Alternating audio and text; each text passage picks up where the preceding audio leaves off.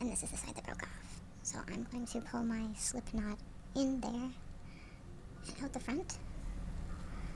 1, 2.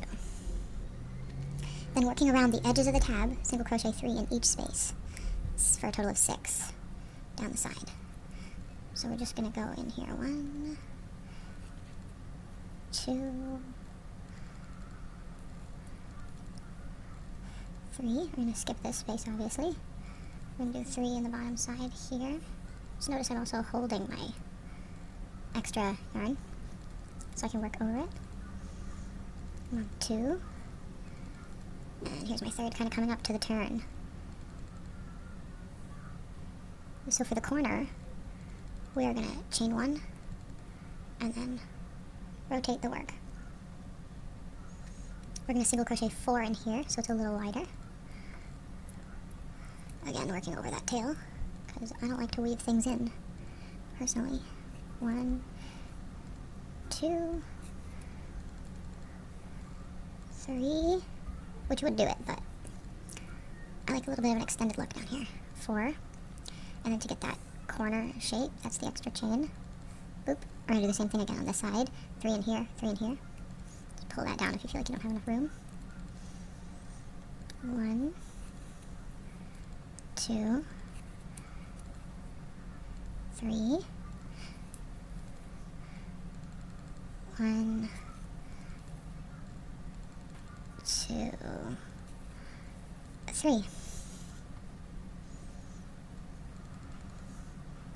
Okay, so down here we're going to chain 2 for the corner, and we're going to single crochet 4 over this broken side. 1, 2, 3, 4.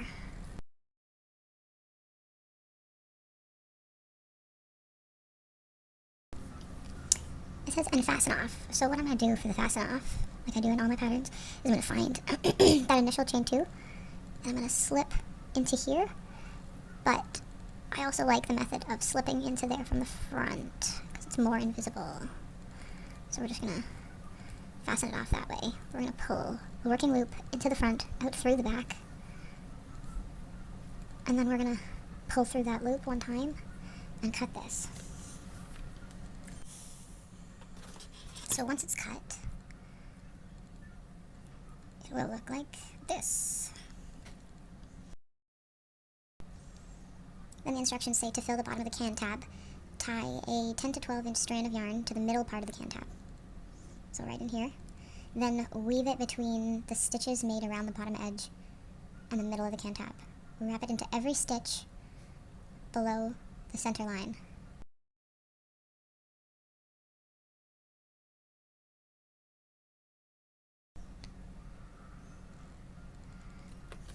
So I'll just show you what I did. I got a piece of yarn. Now you can slip stitch this on, or just,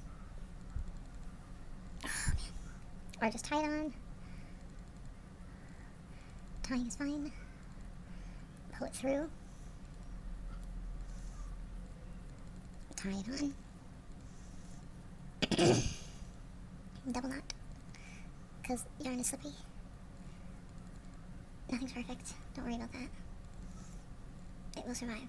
Okay, so I like to go around the bigger side with this. So I'm going to try to keep this in here. We'll cover that. Probably won't be able to cover that. I'll leave that in later. But what I do is I go into all of the stitches below the middle. Oops. And then back through the middle. So in every individual stitch, I go in there, and then I feed it back through the top.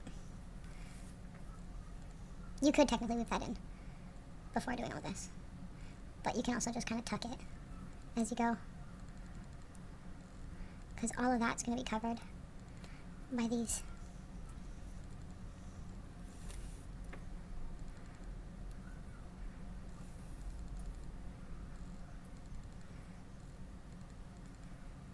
if you can't tuck them as you work, you can pull them in afterwards. It's a little bit distracting. If you go on the same stitch again, that's also fine, but I kind of prefer to have just one piece of yarn per, oh, okay, here, and in the corner, you want to go under the chains and up through the top. Now the corner we might be able to get away with doing more than once, because it's 3 stitches. But once you go into your next stitch, the gap should be filled. You also want to be careful not to pull it tighter than it wants to go, or it'll pucker. Remember, there's 4 stitches down here, so we're going to do 4 passes. And at the top, it's going to start to look a little chunky, so we're just going to kind of go over it and make a fan, or like a star stitch looking gather. We kind of always want the middle point to be where we bring our yarn back in, because it's going to get a little full. I'm going to come out with a different style of zipper using hot glue, which I'm sure most of you guys will be able to do no problem. It'll essentially just be drawing a shape with hot glue, which I know you've got. I've seen some of the stuff you make. So as we go, instead of blocking, I just kind of pinch it into the shape I want. I'm going to try to get them all to be coming from the same sort of centralized place. And when you get to the knot, you want to make sure the knot's sort of under and in there slightly already, so when you go to pull it in, it's super easy.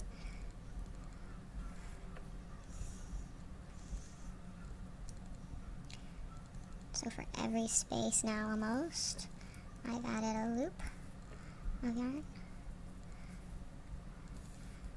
Now these fake zippers are really cute for anything, really. I just happened to make them for my daughter's sack boy.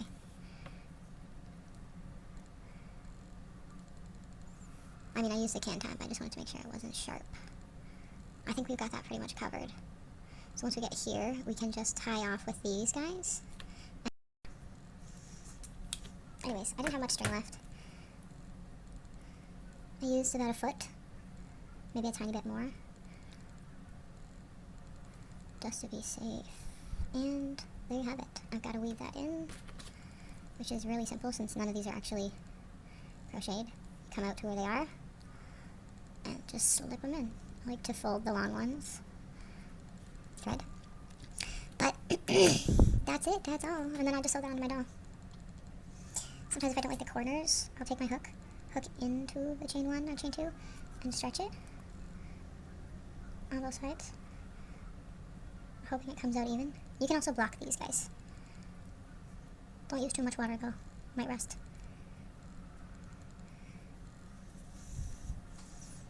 Zipper tab pull.